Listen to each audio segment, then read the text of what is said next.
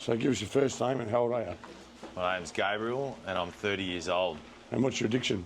My addiction was heroin, benzos, meth and coke. What did you start on? What I started on ecstasy, which I started using when I was 12. Wow. And then what drugs progressed after the ecstasy?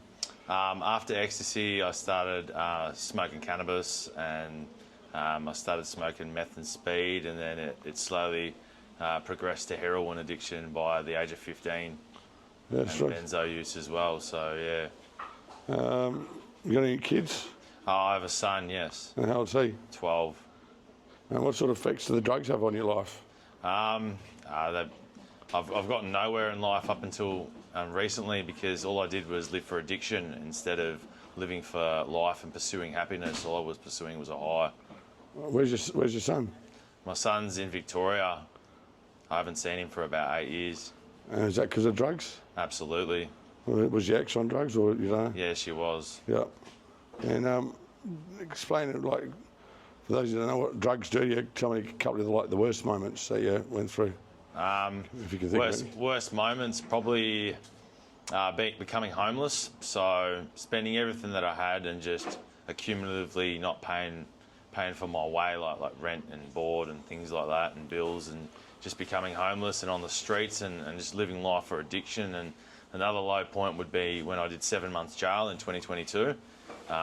All of my criminal history caught up to me, and all I lived for was doing crime, selling drugs and trying to get high.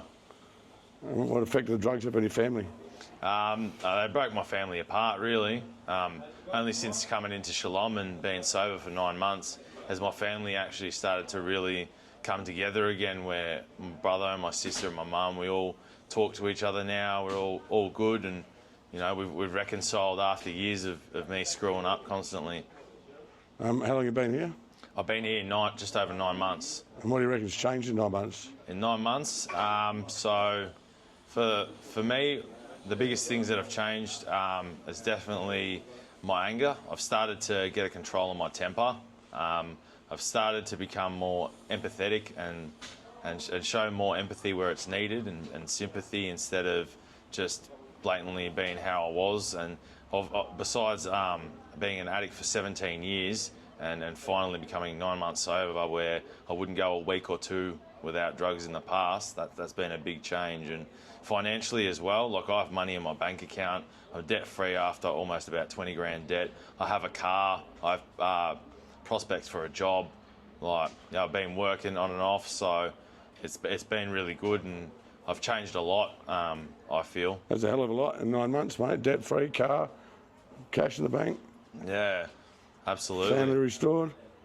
It's big, and like now, like, I haven't talked to my sister in almost 3 years, and up until about 4 weeks ago, I hadn't talked to her in about 3 years, and now we talk almost on a daily basis. We talk very regularly, and I talk to my brother all the time now as well, where I was never really in their lives as much as I wanted to be, because I was always worried about chasing a feeling instead of chasing what I should have been, which is love and affection from my family.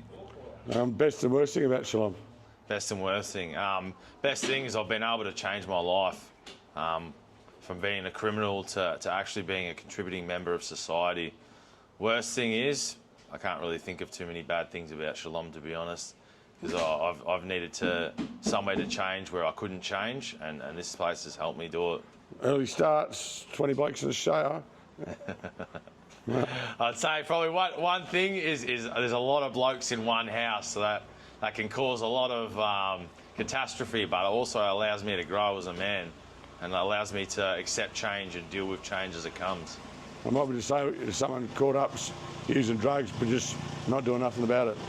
Well, for one, if you're caught up in an addiction and you don't think it's a problem, that's where you've fooled yourself, because it actually isn't. It just because it might not think it's affecting you as much as you think it affects others, it absolutely affects other people more than it affects you, because your family that loves you and cares about you, that they want the best for you. They don't want you to be cooked on drugs, in the gutter, not having a future. So I do suggest try and change your life and put the pipe down and pick up change.